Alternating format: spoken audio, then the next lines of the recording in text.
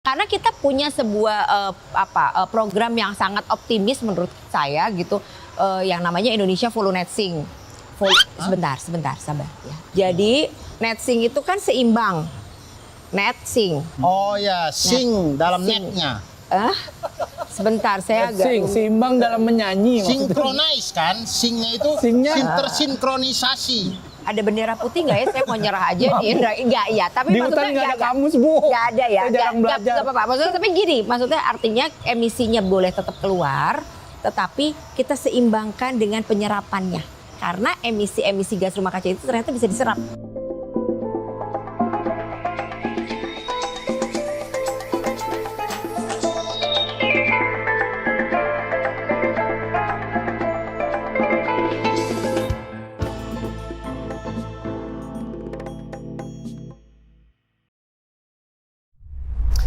Ya Ibu, ya saya di pos. Ya ditunggu kehadirannya Ibu. Tiada kesan tanpa kehadiranmu. Ya. Waalaikumsalam warahmatullahi wabarakatuh. Aduh, kekasih hati. Siapa? Ada deh. Oh, mau buka puasa bukan telepon GoFood. Buat buka malah telepon. Siapa itu? Mas David ini hutan, Mas David. Ini hutan. Orang sudah enak deh berada di pos, memandangi hutan. Enak kan? Ya gua tahu makanya ini hutan, gua nggak percaya itu lu HP lu ada sinyal. Lu pasti tadi lagi pura-pura kan.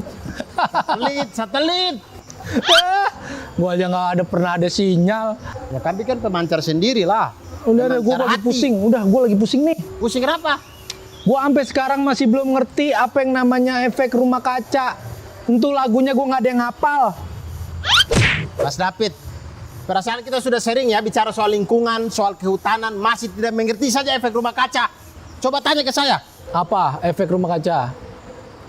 Tidak tahu. Ya saya kan juga ya bercerita saja, cuman kadang-kadang saya juga lupa efek rumah kaca lah, gas rumah kaca. Intinya agak memprihatinkan lah begitu.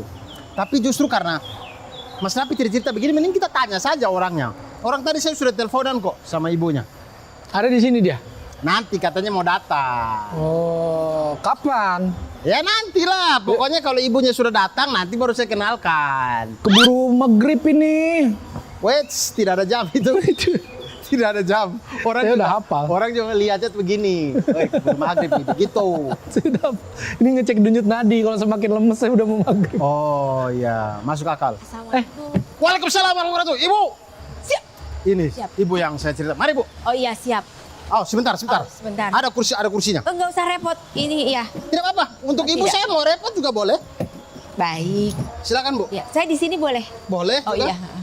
Ibu di tengah aja. Oh baik. Saya ikut aja. Iya. Iya. Ini bos lu, Dur? Hah? Bos lu? Iya, ini bos saya. Oh, bukan. Hah? Bukan? Ini. Saya dia yang bos saya. Tidak, Ya, ini bener, Ibu mana nih? Duka, Kabak Humas Kementerian Lingkungan Hidup dan Kehutanan Republik Indonesia. Bos berarti? Enggak, Hah? bukan. Bis. Oh, tapi ngajuin proposal buat THR bisa? Bisa. Pegawai bukan, pegawai bukan, kok bisa proposal THR? Bisa. Saya belum kelihatan lebaran nih, Bu. Tunjangan hari Rabu. Oh bisa, tapi jangan hari Rabu. Ya. Jadi begini Bu, ini kan David. Begitu. Iya David ini, dia masih bingung lah soal efek rumah kaca apa segala macam, menjaga hutan. Saya sudah bilang, yang penting jaga saja hutan. Betul. Untuk Yang efek penting rumah jaga. kaca begitulah. Sebenarnya efek rumah kaca apa sih Bu? Sebenarnya masih ada nggak itu efek rumah kaca, Ben? Masih ada, Masih sering manggung. Dia tapi saya tahunya belum band manggung. doang. Saya belum hafal-hafal lagunya, Bu. Ya, kalau efek rumah kaca itu kan sebenarnya ini bukan ngomongin band loh ya, Iya, bukan. iya. Ini lebih kepada, jadi gini, kalau kita ada di dalam rumah kaca, kira-kira terus siang hari.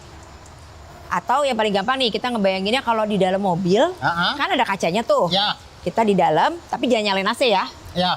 Masuk matahari. Terus mataharinya kan nggak bisa keluar. Bener, panasnya di dalam. Ada di dalam. Nah itu, kurang lebih paling gampang gambarannya seperti itu. Oh, kalau bahasa Eropanya nyelekep. Nyelek. Bahasa Eropa mana tuh, Mas David? Norwegia. Norwegia. Iya, Norwegia itu termasuk salah satu negara yang sangat concern loh terhadap pengurangan. Efek rumah kaca. Ya. Oh, ibaratnya berarti bumi ini ketutup seperti ada rumah kacanya begitu. Seperti ada kacanya, betul. Sehingga matahari yang masuk tidak bisa Panasnya keluar keserap lagi. di bumi, tapi dianya panasnya itu juga nggak bisa keluar lagi karena kayak ada lapisan kaca. Oh. gitu. Kita seperti sauna lah. Seperti sauna. Oke. Iya, benar. Udah Nah, cocok. kebetulan kemudian saya itu tahunya itu kan Bu, kita harus jaga hutan untuk mengurangi efek rumah kaca. Iya, boleh. Ya kan, untuk mengurangi karbon. Karbon. Karbon boleh. yang bikin efek rumah kaca ini. Iya. Nah, tapi kan Mas David juga sering tanya ke saya, karbon itu kan sunatullahnya memang kita harus menghasilkan. Kita pakai listrik ya ada karbon. Ada karbon. Kendaraan yang ada karbon. Ada karbon. Kita bikin spaghetti juga pakai karbon, Bu. Apa itu? Spaghetti carbonara. Carbonara. Iya, benar juga. Benar. Karena kan dia Bener masak kan, Bu, ya? spaghetti pakai api, Iya, keluar tuh. karbon. Iya. Benar, cerdas. Saya pinter, Bu, ya? Iya, enggak ada yang Nah, meragukan. artinya kalau menghasilkan karbon itu sunatullah untuk manusia, lalu bagaimana kita bisa menghilangkan karbon? Gini, kan gampang. Kalau dikurangi harus gitu ya. Kalau jadi sebetulnya gini, bukan berarti kita jadi nggak boleh ngapa-ngapain. Bang Abdur bukan, Bang David bukan itu. Tapi maksudnya kita bisa mengurangi sedikit supaya kan kita juga nggak pengen nih kepanasan Ya. terus-terusan gitu ya. Maksudnya artinya gini, bisa diminimalkan penggunaan karbon ya, karena kita juga masih membangun, artinya kita pasti masih mengeluarkan gas-gas karbon tadi. Minimal kita bisa bantu nih menguranginnya. Menguranginnya gimana? Tumpukan sampahnya dikurangin. Karena sampah yang numpuk itu mengeluarkan juga salah satunya ada gas karbon, ada gas rumah kaca lainnya gitu ya, gas-gas yang bersifat panas. Atau misalnya tadi naik mobil. Naik mobil. Ya kalau mau pergi misalnya mau pergi sama-sama nih ke posko jaga, berdua perginya. Jadi kalau yang tadinya Bang Abdur ngeluarin karbon, Bang David ngeluarin karbon, kalau perginya berdua jadi satu. Satu sumber yang ngeluarin karbonnya gitu ya. Jadi tidak bisa kita hilangkan, tapi bisa Belum kita kurangi bisa. perlahan-lahan. Iya, karena tadi kayak listrik, betul itu listrik kita saja di negara Indonesia itu kan mungkin rata-rata listrik per kapitanya itu mungkin baru di angka 1.100-an gitu ya. Padahal kalau udah di negara maju itu udah 4.000-an gitu. Jadi memang kita pasti masih harus tetap membangun, tapi bagaimana supaya emisi yang keluar, nah ini emisi yang keluar bisa diserap. Saya ngerti, Bu. Tuh, makanya kalau gua numpang ngecas, numpang mandi, ya, numpang minjem HP lu tuh, jangan lu omelin. Artinya gua tuh lagi mengurangi karbon. Iya, Oh, iya, ya, mengurangi iya. karbon ya. Aturan listrik Anda tidak pernah Iya, ikutan benar, ya. benar. Loh, tadi kan kata Ibu Ini Nuka. agak beda konsepnya sebentar. Beda. Antara mengurangi karbon dengan pelit ya, maaf. Iya. Maaf. Kita tidak bisa iya. serumah, yang bisa serumah itu saya dan Bu Nuka mungkin bisa. Oh baik, boleh juga. Gitu loh David, harus paham. Boleh, bisa Harus paham dipahami sampai di dong. situ. Bisa ya. Jadi kalau mau ngecharge boleh, makanya pakai sepeda aja. Iya, makanya saya Sepedanya pinjem, digoes Bu. aja. Saya itu karena saya peduli lingkungan, jadi saya listrik, mandi saya numpang, nyetrika minta tolong setrikain. Oh iya, Tapi itu usahain ini teman, benar ya. sih, ada benernya juga. Konsepnya sih agak benar. Iya, kan saya mau Tadi jadi beda tipis tadi. hemat listrik. Terus Bu, Iya. artinya dari segi kita untuk mengurangi itu kan secara Ya, personal kita, personal. ini apa segala macam. Lalu secara komunal, secara negara ini, Iya. ada tidak gerakan yang biar kita itu bisa sama-sama Nah. untuk mengurangi karbon ini? Banyak. Mau gerakan apa? Gerakan maju, mundur, ada. Gerakan yang efektif. Gerakan yang efektif. Iya, banyak banget yang udah diinisiasi sama negara kita, dan jangan salah loh. Negara Indonesia tuh termasuk negara yang cukup disegani sama negara-negara internasional, khususnya dalam hal pengurangan emisi karbon rumah Karena? kaca. Karena kita punya sebuah program yang sangat optimis menurut saya gitu, yang namanya Indonesia Volunetzing. Sebentar, sabar ya. Tenang. Indonesia Volunetzing. Lalu Jadi netsing itu kan seimbang. Netsing. Oh ya, sing dalam Sing. netnya. Sebentar saya agak seimbang dalam menyanyi. maksudnya. Synchronize kan, singnya itu Singnya. tersinkronisasi. ada bendera putih nggak ya? Saya mau nyerah aja di Indra. Enggak ya, tapi Di maksudnya hutan nggak ada enggak. kamus, Bu. Nggak ada ya. Saya jarang belajar. Nggak apa-apa. Maksudnya tapi gini, maksudnya artinya emisinya boleh tetap keluar, tetapi kita seimbangkan dengan penyerapannya. Karena emisi gas rumah kaca itu ternyata bisa diserap. Nah, VOLU itu singkatan dari Forest and Other Land Use. Forest artinya Hutan, other land use artinya tanah orang. lahan lainnya, bukan tanah orang. Bukan tanah orang. Tapi Tapi lahan bener. lainnya biasanya punya orang. Bener juga, Iya. bener. Iya, Maaf bener. ya, Buruk ya. Nggak apa-apa. Asal aja nyeletuk dia Saya sama udah saya. biasa dengan yang hal Iya. begini sebetulnya. Forest and other land Land use. use. Jadi bagaimana Indonesia bisa menyerap atau membuat kondisi emisi gas rumah kacanya menjadi net sink melalui sektor kehutanan dan penggunaan lahan lainnya. Berarti tujuan utama dari Volu net sink itu. Iya, tentu saja. Karena tadi kan Bang Abdul bilang kan kita nggak bisa nggak ngeluarin karbon. Tetap aja kita pasti mengeluarkan karbon, gas-gas emisi lainnya, begitu ya. Tapi kita juga bisa loh membuat gas-gas ini terserap. Udah kita minimalkan, kita juga bisa nyerap. Caranya jaga hutannya yang baik. Tadi udah bener, duduk-duduk di sini di hutan ini kan jadi sepoi-sepoi. Iya. Berarti Kenapa? Volu net sink itu menjaga hutan itu juga salah satunya. Iya, menjaga kelestarian hutannya tetap terjaga sehingga penyerapan terhadap emisinya lebih besar dan lebih baik. Dan kita harus berbangga loh hutan kita termasuk hutan yang terbesar, maksudnya yang cukup terbesar di dunia. Nah, kalau misalkan kita harus jaga hutan Iya. dan segala macam, Ya, tantangannya dirasakan oleh kementerian sendiri seperti apa? Untuk menjalankan Volu net sink, menjaga hutan dan segala macam. ya tantangannya yang pasti karena gini. Tadi kan saya udah bilang bahwa negara Indonesia tuh masih membangun. Kita tuh masih negara berkembang bahasanya. Artinya kalau negara berkembang, sesuatu yang berkembang itu kan berarti membangun ya. Bener nggak? Ya. Berkembang, membangun gitu. Nah ini karena kita masih membangun artinya tidak bisa dielakkan lagi. Kita pasti tetap akan mengeluarkan si gas-gas emisi tadi. Nah terus kalau tadi ditanya tantangannya apa? Nah tadi kita punya kebutuhan nih membangun.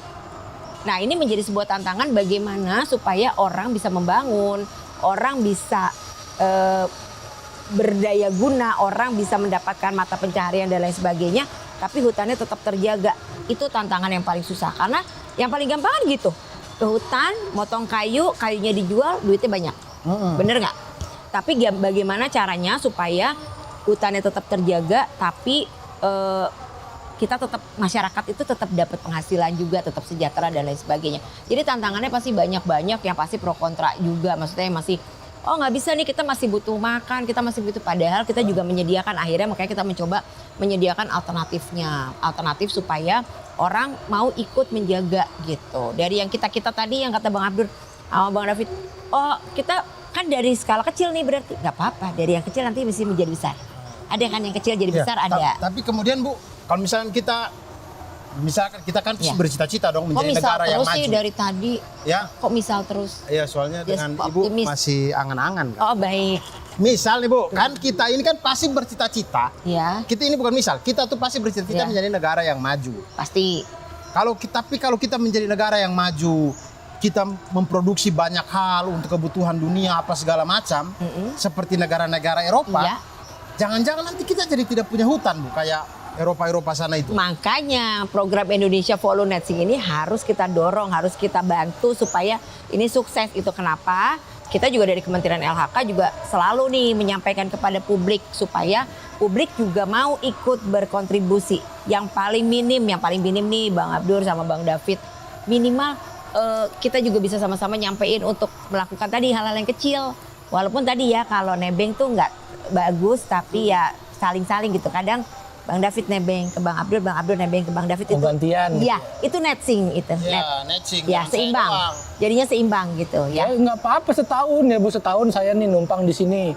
Terus kan setahun saya pindah. Kayaknya saya pensiun Sorry. dari sini. Oh gitu ya. Ya, agak kurang ya. kalau Kurang setahun- pas ya. Iya, kalau setahun di sini kayaknya saya pensiun. Sesuai. Nah Bu, ini saya penasaran deh. Sebenarnya ide Volu net sink ini munculnya dari mana nih?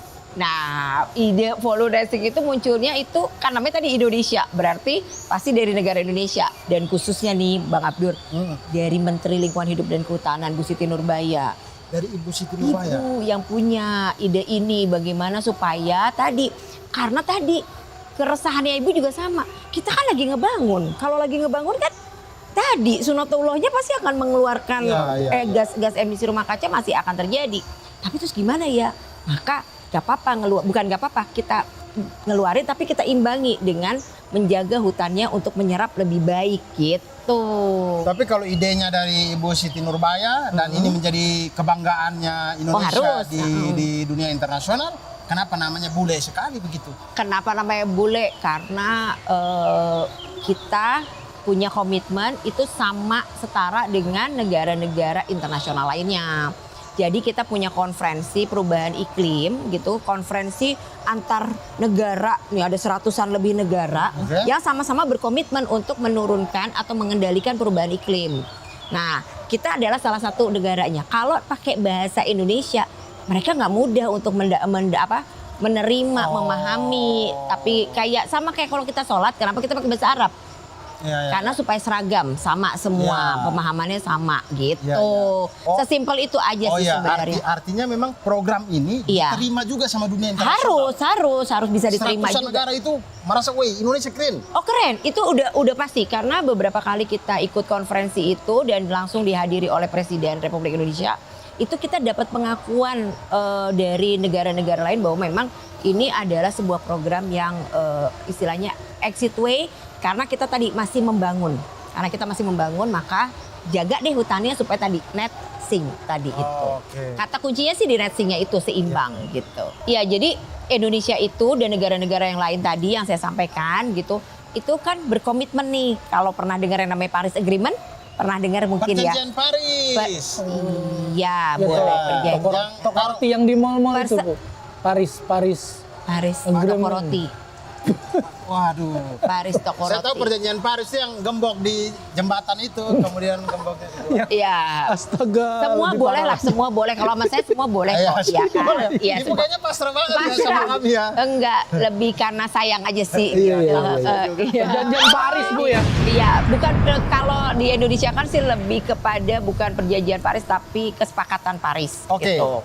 Nah, karena takutnya tadi kalau perjanjian takutnya kayak gembok-gembok itu mungkin ya. Jadi takutnya janji sama Jidan gitu, misalnya.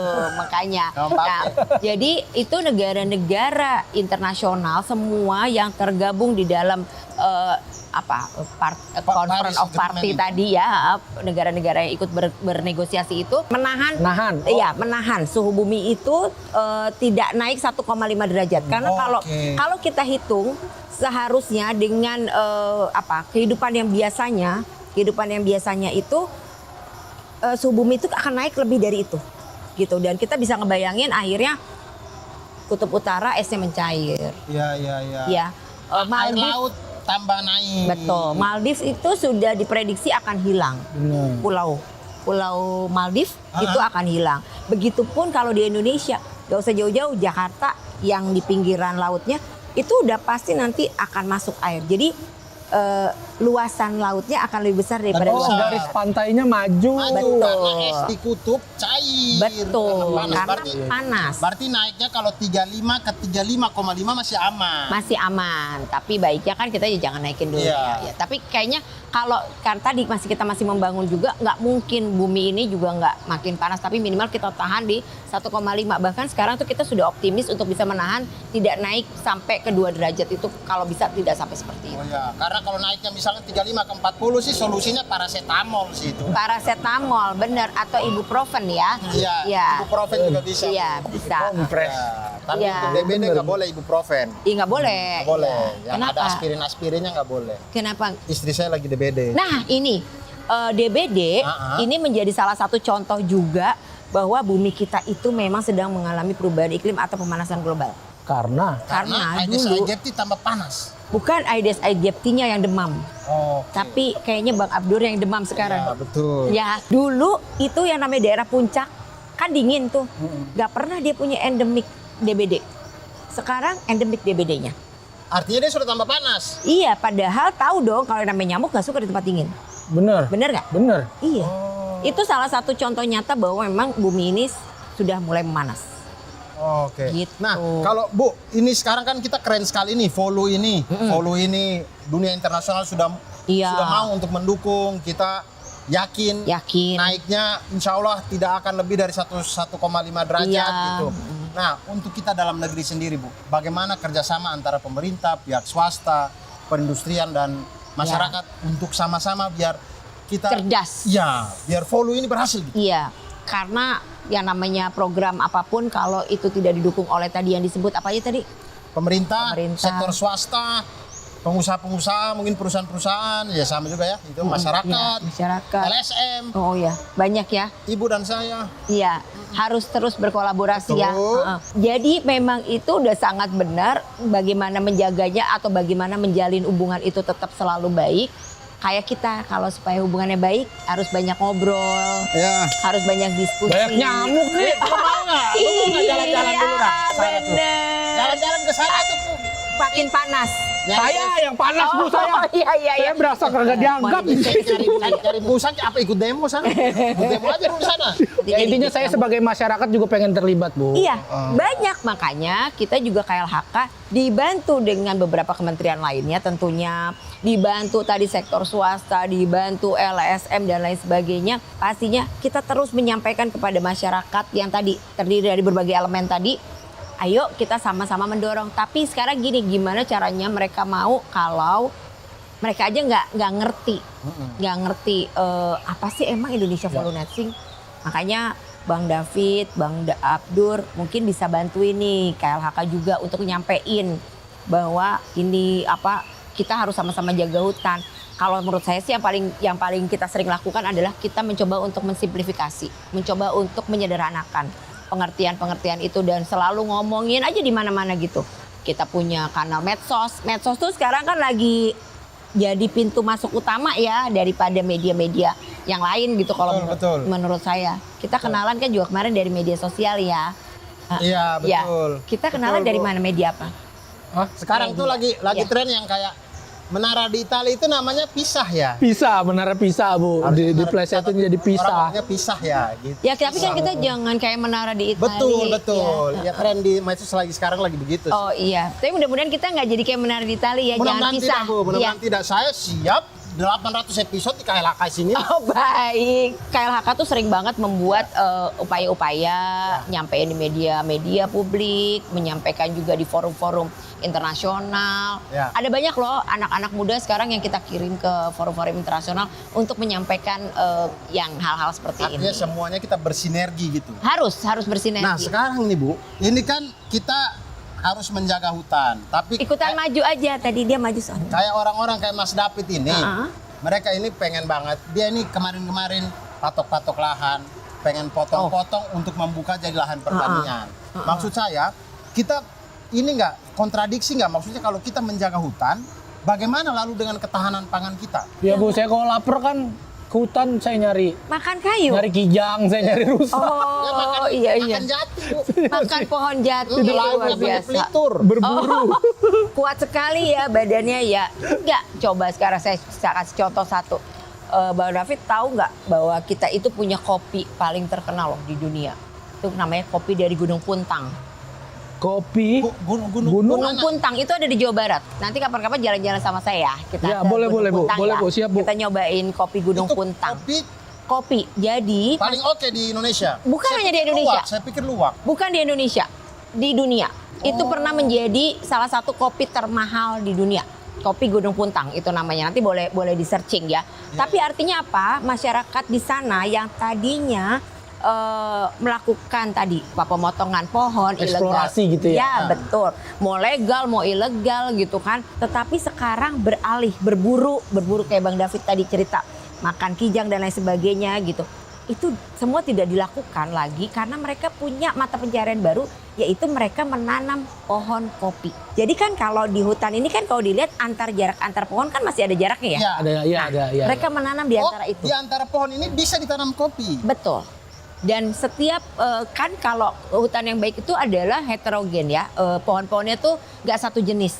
Oke, Kak. Ya. Keragaman hayatinya ada. Iya, jadi pohon-pohon kopi itu kenapa pohon kopinya Puntang itu paling bagus? Karena apa katanya si petaninya nih, kalau dia nanam kopi di bawah pohon lengkeng, rasanya jadi lengkeng.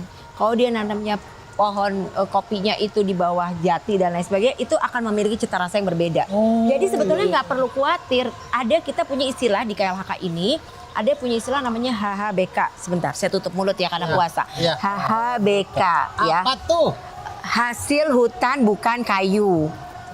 Oh. Jadi tadi kan kalau hasil di hutan itu kan nggak cuma kayu loh. Ada madu, Kan nggak perlu, justru kalau kita nebang pohon malah madunya jadi nggak banyak. Iya, iya. Karena si lebahnya mau bersarang di mana? Di hatimu. Kan enggak. Wah, disengatawan dong. Iya, ya kan. Jadi nggak bagus ya. Nggak bagus. Jadi jangan dipotong biar lebah-lebah itu pada bikin sarang. Tempatnya di atas tuh bahaya. Madu nggak kurang-kurang kan khasiatnya untuk Iya betul. kita. Minyak kayu putih. Waktu kemarin COVID itu minyak kayu putih harganya jadi mahal karena diburu banyak orang. Iya. Karena dia antioksidan yang baik katanya tuh antibiotik yang baik sebetulnya buat tubuh kita. Terus apalagi ya tadi kopi, teh dan lain sebagainya itu tuh banyak banget yang bisa kita hasilkan dari hutan tetapi bukan kayu. Jadi kita tetap menjaga kelestarian pohon-pohon kayunya, tapi kita tetap masih bisa dapat kok makanannya, kita masih bisa dapat kok hasil-hasil lainnya karena tadi bisa ditanam di sekitar. Iya, ibarat katanya kalau warga kita nih, mohon maaf nih saya bukan ngomongin warga lain, warga Iya, saya aja nih iya. mah, terutama keluarga saya nih. Iya, iya. Yang pada kalau mau disuruh apa-apa, nanya tuh, ada giniannya nggak? Ada untungnya nggak buat gua? Nyuruh-nyuruh doang lu. Oh iya, jangan. Ini ternyata ada ya disuruh Nggak. jaga hutan, masih banyak untungnya ya. Betul, dan itu kita melakukan pendampingan dan bahkan pemberian insentif kepada kelompok-kelompok masyarakat yang memang mengajukan untuk menjaga merawat hutannya, yang masyarakat di sekitarnya itu dia menjaga dan kita berikan insentifnya itu ada. Karena tadi negara-negara internasional mengakuinya gimana? Mereka memberikan kok melalui skema result based payment, result based contribution, itu mereka memberikan sejumlah dana itu untuk bagaimana Indonesia tetap bisa menjaga hutannya lebih baik. Karena kalau hutan Indonesia baik, udara mereka juga baik. Oh, artinya hutan kita kalau kita jaga, kita tuh dibayar sama negara-negara gede yang mereka nggak punya hutan itu. Ya, istilahnya mungkin bukan dibayar sih gitu, tapi istilahnya dikompensasi gitu. Karena mereka akan mendapatkan hasilnya juga, udara yang lebih baik, suhu yang juga lebih baik, kan begitu. Iya, gini Dur, Abdur makanya belajar ya. Saya ngerti nih apa yang Iya, lu maksud. Jadi maksudnya ketimbang mereka bikin hutan, Iya. nanam pohon udah yang nggak perlu memungkinkan. puluhan ratusan tahun, mendingan jaga aja hutan yang udah ada. Betul. Nah kebetulan yang ada di Indonesia. Salah satunya di Indonesia. Alhamdulillah, keren tuh. Kalau hutannya itu berada di tanah saya, misalkan saya punya tanah 1-2 hektar, pohonnya banyak, Bukan 1-2 meter bukan ya? 1-2 hektar. Kalau 1-2 meter kuburan. Oh baik, iya benar. Tapi kan tanah juga. Iya, tapi pohonnya nggak ada. Ada, bisa di Ada pohon Kamboja bisa juga Yang tuh. adanya malaikat lagi nanya-nanya. Lagi nungguin ya. Iya. 1-2 hektar, saya punya pohon. Iya. Apakah saya bisa dapat istilahnya pembayaran karena saya menjaga pohon saya? Kalau ditanya secara gampang bisa, tapi itu semua ada skemanya. Ada skemanya, nggak bisa terus langsung begitu. Ada skemanya, misalnya luasannya harus berapa sih? Terus pohonnya harus terjaga berapa lama sih gitu. Oh, umur pohonnya Iya itu. iya dong. Jangan sampai nanti Bang Abdur bilangnya, ini saya punya nih lahan 1 hektar, 2 hektar gitu ya. Bukan 1-2 meter kan tadi. Ya. Pohonnya ada. Begitu dikasih, pohonnya dipotong.